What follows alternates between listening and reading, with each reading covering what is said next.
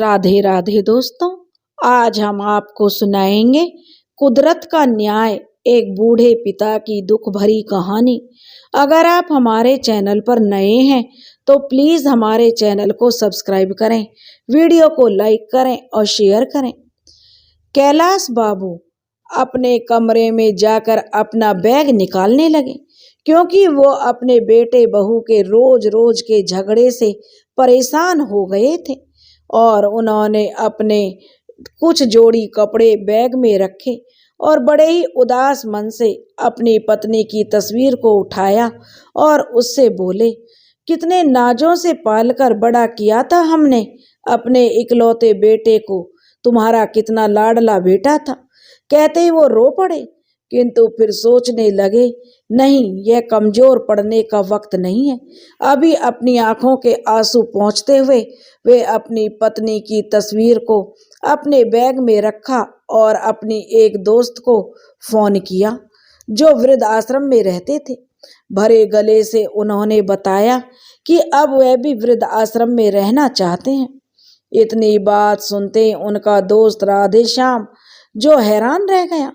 इसके पास तो कुछ पूछने के लिए कोई शब्द ही नहीं बचे।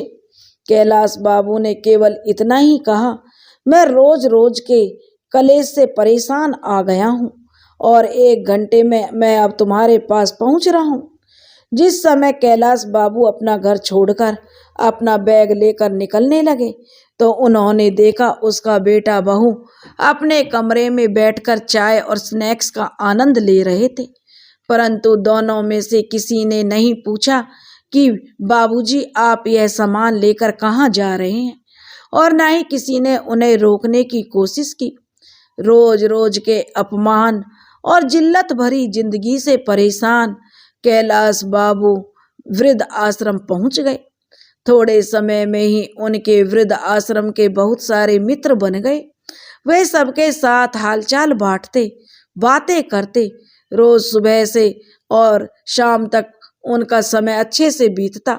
सुबह एक्सरसाइज करते और धीरे धीरे कैलाश बाबू को आश्रम में ही अच्छा महसूस होने लगा।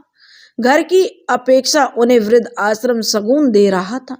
सभी लोग एक साथ खाना खाया करते, जबकि घर में रोज के कलेश से कैलाश बाबू का हृदय छलनी हो गया था।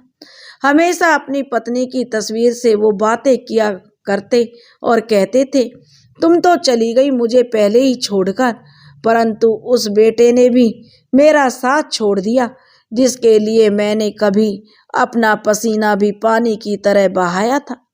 एक दिन कैलाश बाबू वृद्ध आश्रम के आंगन में टहल रहे थे, तभी वृद्ध आश्रम के बाहर एक कार आकर रुकी। वृद्ध आश्रम के सभी लोग उस कार की ओर देखने लगे और सोचने लगे कि आज फिर कोई अभागा बुजुर्ग इस वृद्ध आश्रम में आया है, जिसने न जाने कितने जतन से अपने बच्चों को पाल पोस कर पढ़ा लिखा कर बड़ा किया होगा। आज फिर ऐसा ही कोई आंखों में आंसू लिए इस प्रांगण में प्रवेश करेगा। कार से एक नौजवान लड़का उतरा, उसके बाद एक औरत जो शायद उसकी माँ थी, उसका हाथ पकड़कर वह बाहर निकालने लगा। उसे औरत की उम्र लगभग 65 वर्ष के करीब रही होगी।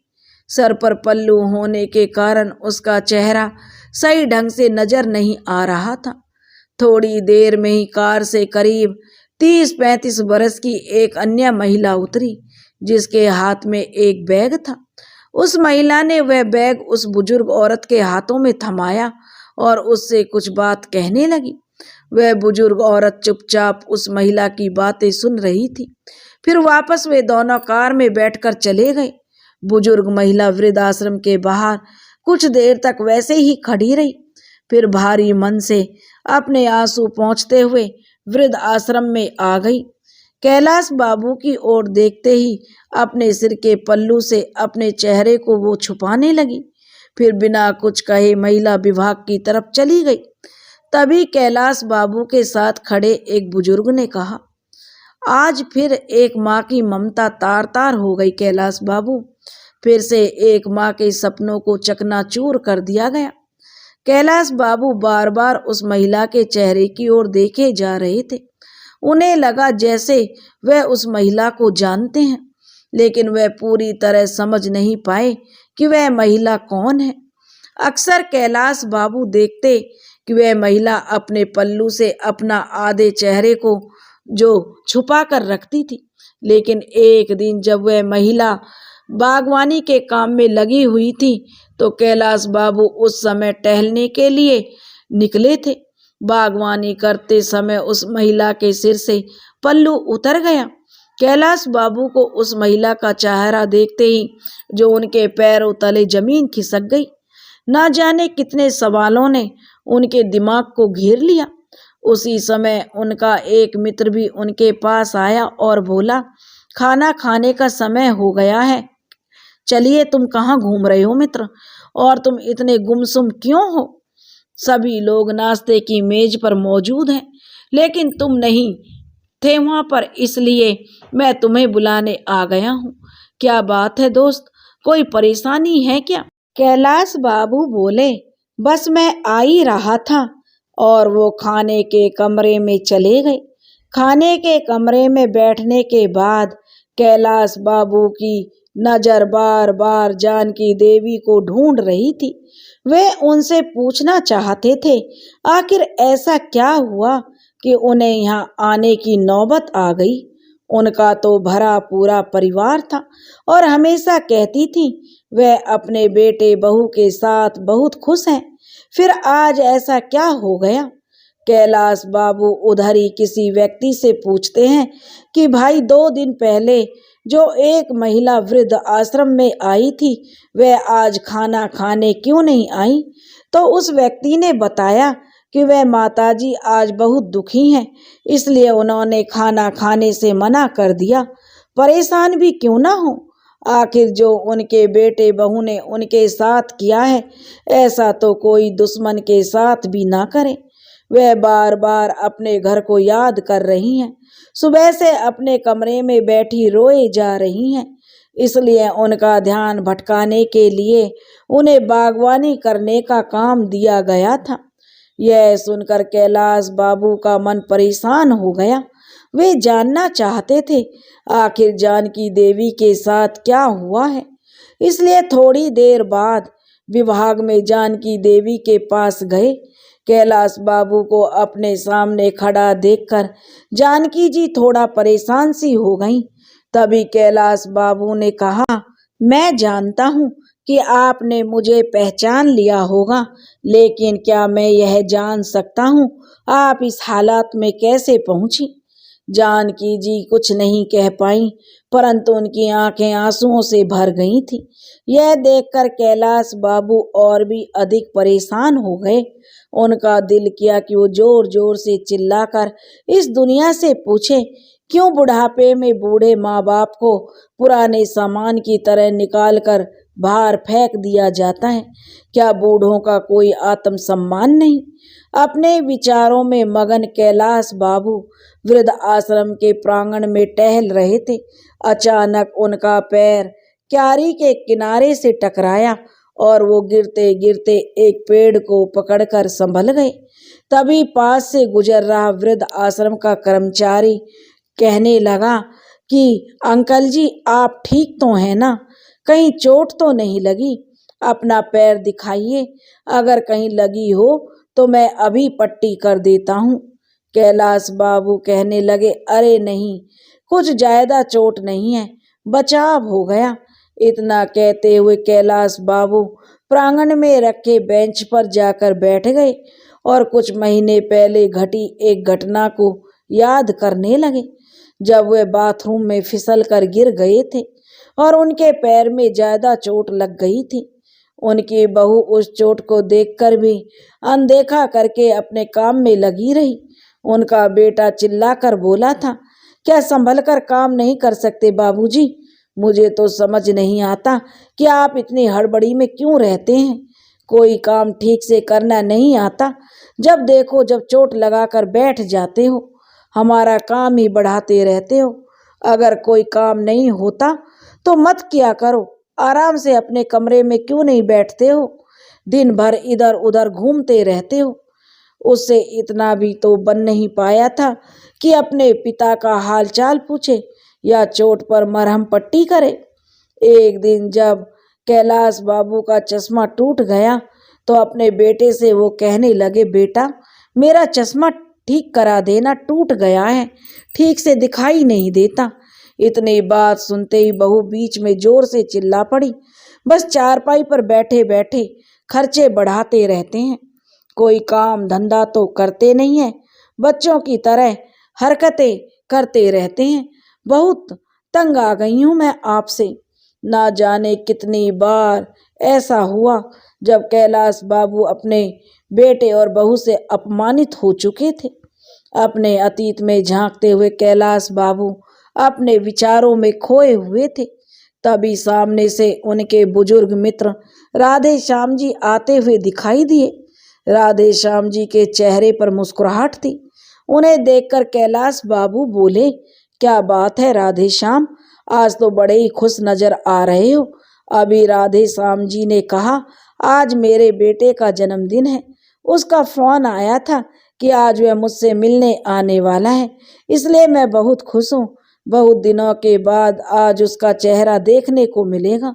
राधे श्याम जी की बात सुनकर कैलाश बाबू कुछ परेशान से हो गए और अपने मित्र को बोले, जिस बेटे ने तुम्हारी यह हालत कर दी है, तुम्हें वृद्ध आश्रम में छोड़कर चला गया, साल में केवल कुछ देर के लिए तुमसे मिलने के लिए आएगा, तो तुम उस बेटे के लिए खुश हो रहे हो।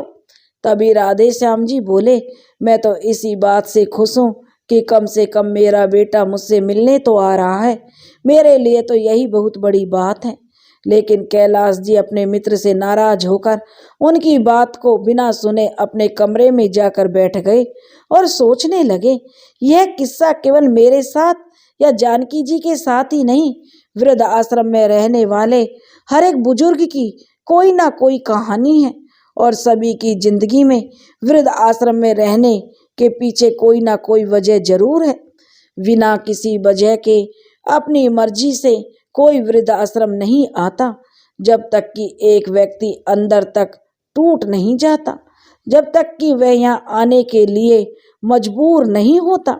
लेकिन देखो, सभी बूढ़े लोग अपनी उन कड़वी यादों को भूलकर अपनी जिंदगी को यहाँ बिताने को मजबूर हैं। कुछ लोग समय के हिसाब से स्वयं को ढाल लेते हैं और कुछ खुश रहने की कोशिश करते हैं, जबकि कुछ लोग मेरे जैसे हैं जो हमेशा ही अपने बच्चों और अपने बेटे बहू को, अपने पोते पोती को याद करके आंखों से आंसू बहाते रहते हैं, बार बार अपने घर परिवार को याद करते हैं। मन में अपने घर परिवार के लिए लगाव भी है, लेकिन उसी घर में रहने वाले बेटे बहू के दिए हुए घाव भी हैं। कैलाश जी को कविता लिखने का बहुत शौक था, इसलिए अपने दिल बहलाने के लिए वो कुछ देर के लिए कविता लिखने बैठ जाते थे। एक दिन जब वह एक कागज पर अपने विचारों को कविता का रूप दे रहे थे, तो उस समय अपने हालात बयान करते हुए उनकी आंखों में आंसुओं की से जो डबडबा गई। उसी समय वृद्ध आश्रम के संचालक उनके पास आया और उन्हें आवाज लगाई, कैलाश बाबू। इस समय ठिठक कर बैठ गए और कागज को मोड़कर उन्होंने अपनी जेब में रख लिया और अपने आंसू छुपाते हुए बोले, जी बोलिए।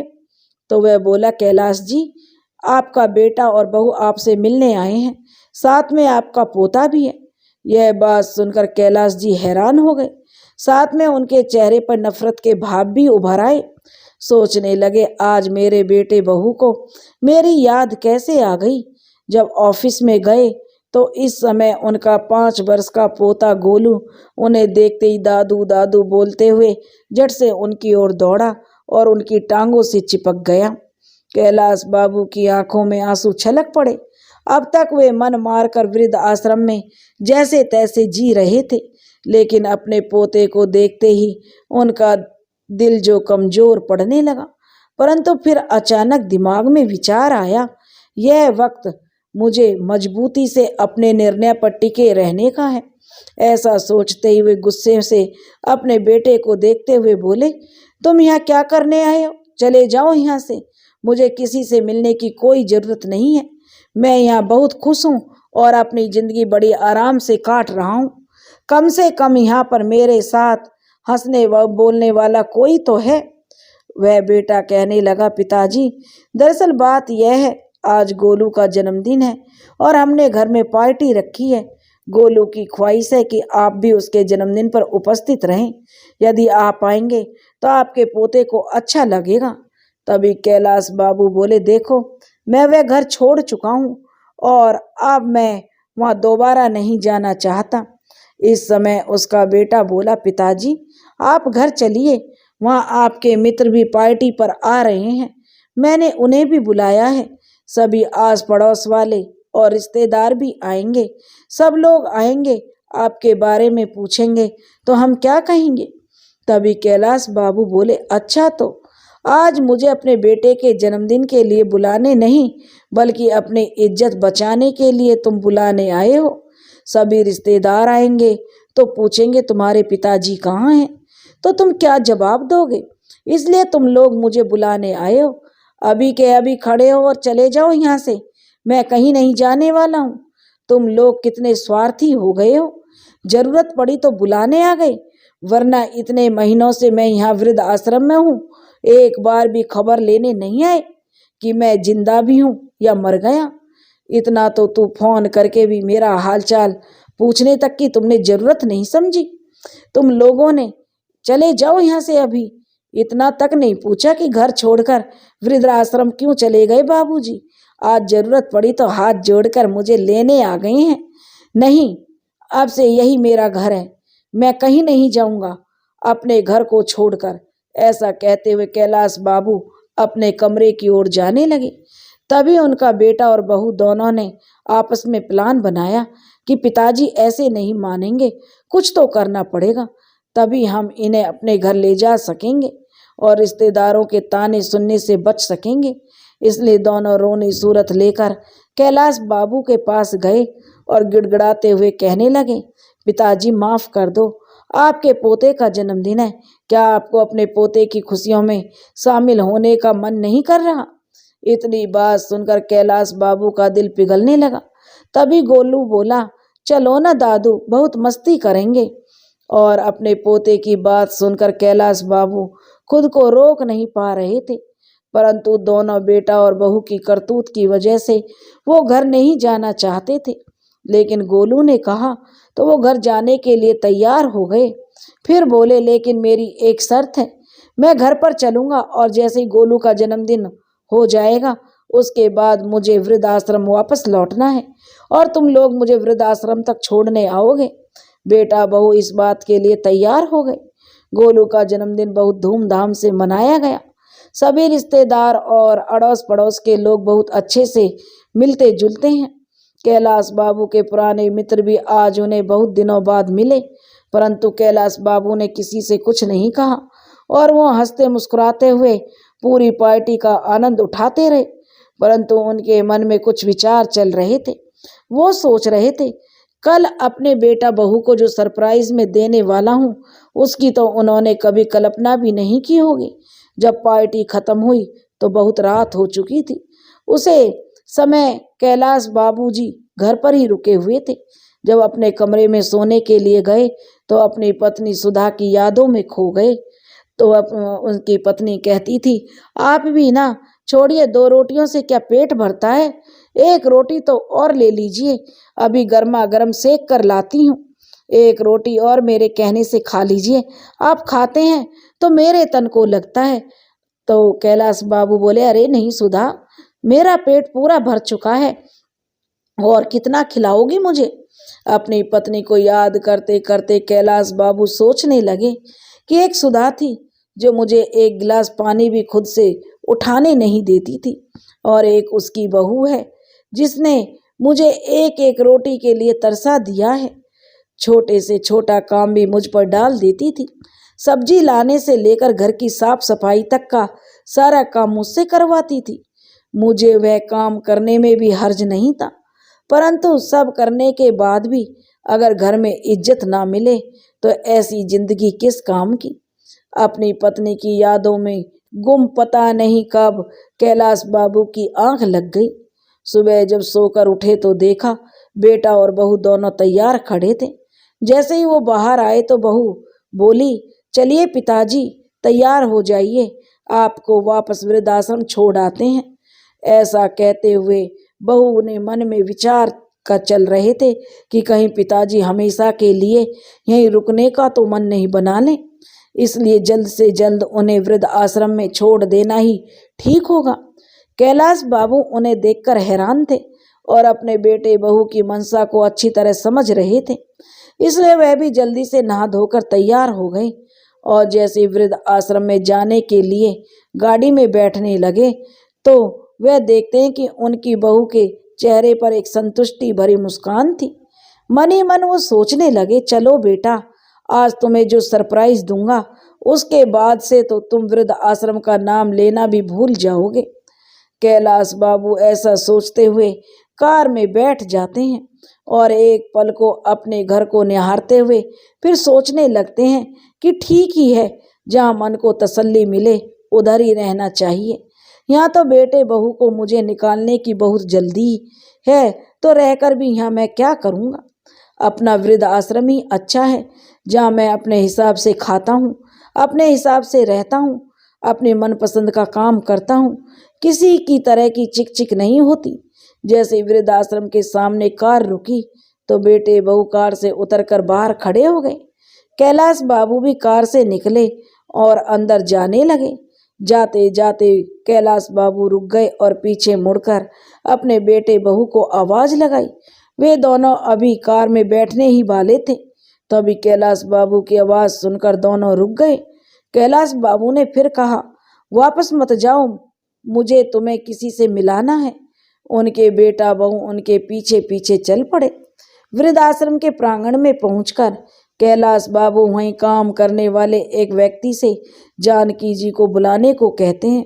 जानकी जी जैसे ही बाहर आई वैसे ही कैलाश बाबू का बेटा उन्हें देखकर दंग रह जाता है और उनकी बहू का तो जैसे काटो तो खून नहीं, उनकी हैरानी का ठिकाना नहीं था। वह दौड़कर जानकी जी के गले लग गई और फूट फूट कर रोने लगी और बोली, माँ आप यहाँ क्या कर रही हो, आप यहाँ कब आई और आपने मुझे बताया भी नहीं। परंतु उसकी बातों का जानकी जी कोई जवाब नहीं देती। रेखा बोली, लेकिन माँ आप मुझे फोन करके तो बता सकती थी, मैं तुरंत यहाँ पहुँच जाती। उन लोगों की हिम्मत कैसे हुई मेरी माँ के साथ यह सब करने की। इतना कहते हुए रेखा अपनी माँ से लिपट गई। मैं तुम्हें फोन करके कैसे बता सकती थी बेटा, रेखा की माँ बोली। जिस दिन मैं वृद्ध आश्रम में आई मैंने तुम्हारे ससुर जी को यहाँ देखा, इसका मतलब तो यही हुआ तुम में और तुम्हारी भाभी में कोई फर्क नहीं है। फिर मैं तुम्हें फोन करके तुम्हारे भाई भाभी की करतूत के बारे में क्या बताती। इतना कहते ही जानकी जी ने उसे अपने से जो अलग कर दिया। बोली, तुम मेरी बेटी कहलाने के लायक नहीं हो, इसलिए मुझसे दूर रहो। यदि मेरे बेटे बहू ने मुझे घर से निकाला है तो मेरी बेटी ने भी अपने ससुर को घर से निकाला है। कुल मिलाकर मेरी दोनों औलादें ही निकम्मी निकली। अब तो मुझे स्वयं ही तुम्हारी माँ कहलाने पर भी शर्म आती है। एक ने अपनी माँ को घर से निकाल दिया तो एक ने अपने ससुर को घर से निकाल दिया। अपनी माँ की बातें सुनकर रेखा का सिर शर्म से झुक गया। कहने लगी, माँ मुझे माफ़ कर दो, मैं बड़ी शर्मिंदा हूँ, मुझसे बहुत बड़ी गलती हो गई। मैंने कभी नहीं सोचा था कि जो मैं अपने सास ससुर के साथ कर रही हूँ वह मेरे माँ बाप के साथ भी हो सकता है। तभी जानकी जी बोली, बेटा वैसे तो तुम्हारी गलती माफ़ी करने के लायक नहीं है, फिर भी मैं अगर माफ़ी मांगनी है तो मुझसे नहीं अपने ससुर जी से मांगो। अपनी करतूतों पर शर्मिंदा हुई रेखा अपने ससुर जी की ओर मुड़ी और उनके पैरों में गिर गई। बोली, मुझे माफ़ कर दीजिए बाबूजी। तभी जो उनका बेटा भी उनसे माफ़ी मांगते हुए कहता है, अब आप दोनों घर चलिए और हमें अपनी सेवा करने का मौका दीजिए। तो कैलाश बाबू और जानकी जी दोनों ने ही घर जाने से मना कर दिया और कहा कि हमें अब बहू बेटे या बेटी के पास नहीं रहना, हम वृद्ध आश्रम में रहकर ही सुखी हैं। दोनों ने लाख मनाने की कोशिश की परंतु कैलाश बाबू और जानकी जी ने का एक ही जवाब था कि नहीं, हमें घर नहीं जाना। एक बार धोखा खा चुके हैं, अब इस उम्र में हमारे शरीर में इतनी जान नहीं बची है कि बार बार अपने बच्चों द्वारा दिए गए धोखे झेल सकें। इतना कहकर कैलाश जी और जानकी देवी अपने अपने कमरे में चले गए। रेखा और उसका पति दोनों दुखी मन से अपने अपने घर वापस आ गए। उन्होंने देखा कि पिताजी के कमरे में उनके बिस्तर के ऊपर एक कागज रखा था जो शायद उनकी जेब से निकलकर गिर गया था। जब बेटे रोहन ने उस कागज को खोलकर देखा तो उसमें उसके पिताजी ने एक कविता लिखी हुई थी। क्या किसी ने देखा है, मौत से पहले भी मौत आती है। हाँ, मैंने देखा है आज मौत से पहले भी मौत आती है, जब जिंदगी अपने आखिरी पड़ाव पर आती है। शरीर भी काम नहीं करता, केवल सांस आती जाती है। हाँ, मैंने देखा है मौत से पहले भी मौत आती है। अपने पिता द्वारा लिखे इन शब्दों को देखकर रोहन का दिल पर ना जाने कितने तीर एक साथ चुभने जैसा एहसास हुआ। और इधर रेखा अभी तक अपनी माँ की हालत को देखकर उस सदमे से उबर नहीं पाई थी, परंतु आज उन दोनों के पास पछताने के अलावा कोई और रास्ता नहीं था। किसी ने सही कहा है, संतान का अस्तित्व है माता पिता की वजह से, और माता पिता वृद्ध आश्रम में है संतान की वजह से। दोस्तों, अगर आपको हमारी कहानी पसंद आई हो तो प्लीज़ हमारे चैनल को सब्सक्राइब करें, वीडियो को लाइक करें और शेयर करें। राधे राधे।